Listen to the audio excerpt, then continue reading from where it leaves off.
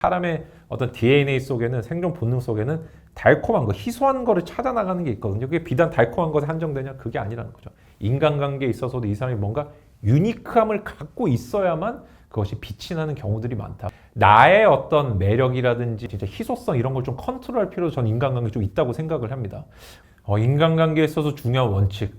저는 어떤 느낌이라고 해야 돼? 희소성이랑 매너를 조금 구별해서 좀 사고를 하고 있어요. 이거는 제가 한 10년 전쯤에 이제 책을 읽고 배운 건데, 설득의 심리학이라는 책이 있어요. 로버트 치알단이라는 사람이 쓴 책인데, 이 책에서 이제 그런 어떤 내용이 나와요. 희소성의 원리라는 게 나오거든요. 그래서 주로 이제 세일즈맨 분들의 어떤 진짜 바이블이라고도 볼 수 있는, 심리학에서 이 정도 책이 많이 팔린 자기개발 시리즈는 별로 없는 책인데 한번 진짜 읽어보시면 좋겠는데, 어쨌든 뭔가 우리가 예를 들어가지고 물건이 희소하면 그걸 막 사고 싶어지지 않나요? 다이아몬드 같은 경우는 실제 생산량은 되게 풍부해요. 근데 이걸 유통하는 그거를 회사에서 일정 정도만 이제 유통망이 깔리도록 수요랑 공급을 조절을 좀 하는 거거든요. 그러다 보니까 사람들이 자꾸 희소하니까 귀하다, 귀하니까 가치가 있다고 생각해서 거기 끌리게 돼 있어요. 사람의 본능이라는 거는 우리가 지금 단 거를 되게 좋아하잖아요. 그죠?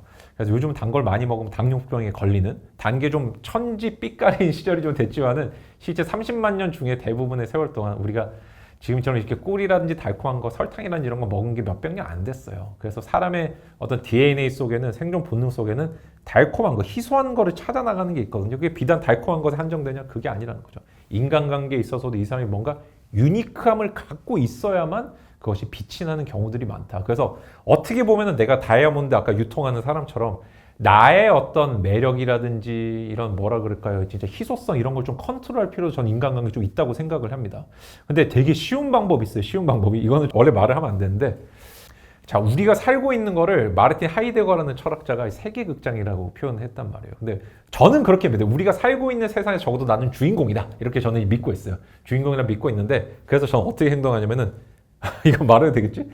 나는 세상의 왕이다 이렇게 생각하면서 걸어 다녀요. 미친놈 같죠?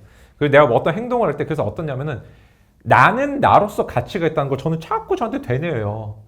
사실은 이제 그게 얼만큼 받아들여질지 모르겠습니다. 일을 하든지 인간관계라든지 누가 들으면 미친놈이다 할 수도 있고 일적으로 미친놈이로 볼 수도 있고 그렇겠죠.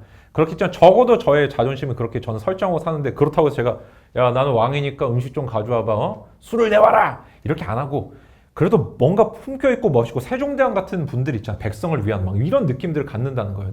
제가 왕이 되겠다는 뜻이 아니고요. 적어도 제가 제 세상 속에 살 때는 내가 내 인생의 결정권, 컨트롤을 갖고 통제권을 갖고 있다는 의미에서 저는 그렇게 사는데, 매너는 다른 문제라는 거예요. 제가 되게 좋아하는 성악가 중에 이제 한 분이 있는데, 그 성악가 분이 굉장히 항상 미소를 띠면서요. 그분이 우리 조수미 씨의 그 증언에 따르면은, 유명한 성악가 분 소프라노 계시잖아요. 이분이 그 오페라 극장의 청소부 아줌마한테까지 가서 인사를 하는 분이라는 거예요. 최근에 좀 추문 있고 그랬었는데, 어쨌든 그러니까 원래 이게 뭐 가식된 모습일 수도 있고 그랬지만, 저는 그걸 보고 뭔가 이 사람이 희소하고 높고 가치가 있다는 게 싸가지 없다는 말과 일치하는 건 아니구나. 그래서 매너 있지만 나는 품격 있는 사람. 저는 그래서 솔직히 아버지한테 좀 많이 배우긴 했는데, 뭔가를 거절을 많이 하는 사람이 사실 희소성이 많이 갖는 거잖아요. 그죠? 그래가지고 이건 좀 다른 얘기긴 한데, 예를 들어가지고 연애를 하고 이럴 때 어디서 볼까라기보다는 이쪽으로 와줄래? 라든지 아니면 시간을 내가 정한다든지 뭐 이런 것도 있고, 막 연애 이제 심리학 책들도 보면 나오고 하는데, 이거는 적절하게 편집해 주세요. 중요한 건데 우리가 어떤 실수를 저지르냐면은 너무 친해지는 바람에 나의 희소성을 잃어버린다는 거예요. 맨날 보고, 여러분들 편의점에 가서 우유를 봤을 때, 여러분들이 내지는 요즘에 어떤 마트에 가서 꿀을 볼 때 이건 귀한 거야, 사야 돼, 머스트헤브 아이템이 이렇게 생각 안 하지 않나요? 왜? 너무 많이 널려 있으니까. 설탕 보고 그렇게 느끼는 분이 있어요? 근데 1000년 전만 해도 설탕은 지금하고 가치가 달랐단 말이에요. 나는 나를 그 1000년 전에 설탕처럼 만들 건지, 즉 다이아몬드처럼 만들 건지, 아니면 지금 완전히 시중에 널려 있는 어떤 진짜 그런 백설탕처럼 만들 건지는 내가 스스로 결정하는 거예요. 나의 어떤 매력이라든지 어떤 진정한 가치를 얼마만큼 절제해서 상대방에게 좀 보여줄 수 있냐, 이게 저는 너무 중요하다고 생각합니다. 그래서 친해졌다고 해가지고 나의 모든 거를 다 오픈하고요, 야 우리 친하니까 다 보여줄 수 있는 거 아니야? 저는 그 말에 진짜 극도로 반대예요.